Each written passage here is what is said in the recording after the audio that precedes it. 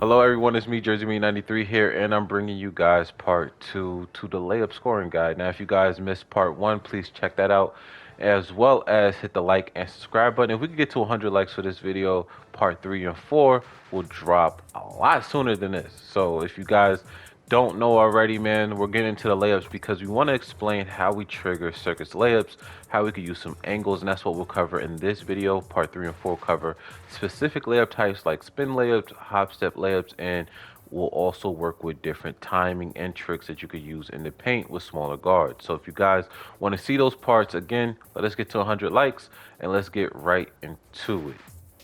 Reading the rotations is the biggest takeaway you need to have for these videos. You need to understand the space, strength, and size of the rotating defensive players. Trying to sneak layups over a taller and agile big while he's square to you, using a Euro step in the wrong situation, or trying to use stronger layup types like the cradle layup versus a much stronger defender will get you nowhere now in NBA 2K22. So you really have to take into account the player you have, the layup package he has, as well as the defender you're trying to score on.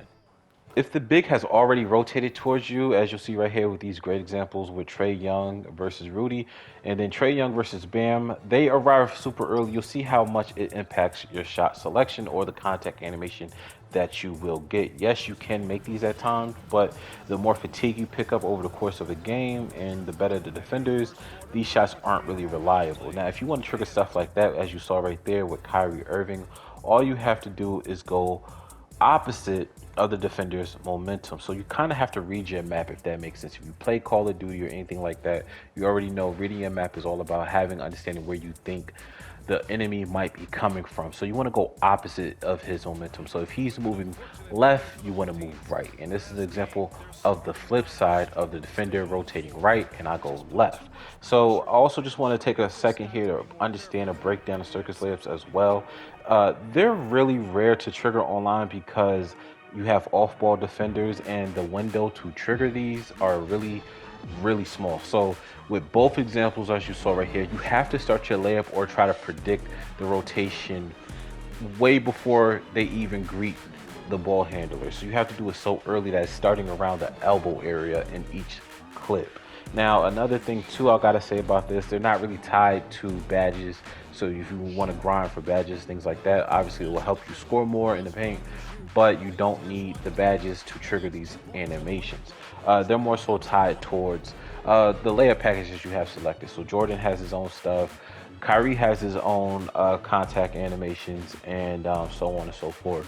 You have to, again, go into the game and get a feel for what type of shots you'll pull off, because every layup package is really different. Now, I will say this as well, as you see right there with Jordan, you have to start it very early. If the defender, again, is squared up, you're not going to trigger these animations. Even right there with Draymond, he's coming towards Morris. And he's not somebody that has a whole bunch of badges because of the roster I'm using. They pretty much took care of all the badges in terms of nobody has any. But this just shows you that it's all about reading the rotations and nothing more. So one thing I have to emphasize is you need to have an elite shot blocker to negate the acrobat, slithery finishers, and whoever else is really good at scoring in the paint. As you saw right there with Sabonis, Spider is a much better finisher at the rim than he is a shot blocker, so he will score. I think it's pretty brilliant that 2K is able to recognize players and their abilities the way that they are, because I know that we could play video games where everything is just a block. We have played video games where everything is a block. So as you see right here with Kyrie, again, the biggest key is just trying to guess where you will be cut off at and going opposite. Treat it like a crossover, basically. And that's how you'll trigger these animations. And, scoring in the paint doesn't have to be as difficult as that. You could also just try to simply beat the big to the air. I know this is something that is kind of a little, what are you talking about, Jers? But as you see right here with Colin and Miles, the reason why this happens is because Miles is trying to rotate and he's changing his stance. And I'm already in the air and he doesn't have a play on the ball because he wasn't properly foot planted, if that makes sense. So this play with Ja is just a great example of what it should look like when you go online. A lot of people will play off ball, so again, it's not going to be really reliable to try to depend on the Kyrie circus layups. So what you can always focus on is just trying to get them moving. So this is the favorite part of the video for me. We're going to be talking about angles here, and if you guys have hooped in real life, you're going to see a lot of things that you see in real life in this segment of the video, and this is what's going to transform you into an elite scorer in the paint online. So I want to first show you guys how to negate the height advantage in NBA 2K22. So this is something that has never really been implemented properly in any other basketball video game, something that's really done very well in next gen. So if you guys have again played in real life, you already know when you create contact with the shot blocker, this takes away his angle to block the shot. All of this will depend on your driving angle, of course, but if you have a big trying to close out on you, the best way to avoid a shot block animation isn't always going to be to go away from him. That will lead to him having an angle to make a play on the ball, but if you use your body to create space, you'll stop him from being able to jump with you. Now this is a great example right here with Trae Young and Steven Adams. Steven Adams is much stronger than Trae Young, but he's much quicker, but he's able to negate that strength and that size by having Steven Adams trying to move with him, and as he's moving or rotating his hips and turning around, by going towards him, he's not able to jump, and he's going to trigger that type of animation. Now this again applies offline and online. Nothing really will change that. Even if you have a user on you, if they don't have the angle, if they haven't beaten you to the spot, you will trigger these animations. So this will negate any badge as well. So it doesn't matter if you have intimidator, chase down, whatever shot blocking badge, if you initiate or go into his body, he won't be able to have the angle to jump. And if he doesn't have the angle to jump, again, I want to emphasize that he won't be able to block your shot. You have to have the defender moving. Obviously, you don't want to attack anybody that is just standing still and waiting for you that already beat you to your spot. So again, this will take away all of that height, all of that strength. All you need to do is have them moving and then go into their body, and you will be able to get a nice layup. Of course, there's some specialty layups like the cradle layups that could also negate the shot blocker's ability, but we'll go into that in parts 3 and 4 with the hop step as well. So even right here with Ish Smith, as you see right here, we're initiating the contact. It's a very physical drive, but we're able to get the angle because we're going into his body, taking away the height advantage he has.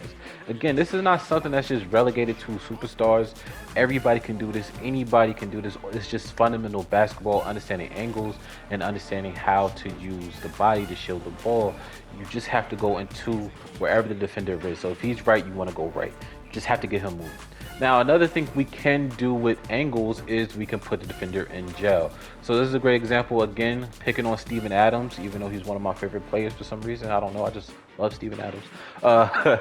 We just want to go and try to keep him on our back or our hips. Now, this will, again, negate his ability to jump with us, and if he does want to contest, he will have to reach across our body to block the shot, which would be an automatic 2 points at the free throw line. And again, if you guys just think, hey man, maybe that's just a little glitch, whatever like that, it's not. 2K implemented it this year. As you see right here, when you cross in front of the defender, he will raise his hands up, and that's an easy blow by. All you have to do is angle the left stick once you get the angle on him on the drive, and he will be able to get that blow by animation. So here's a great example against Luka.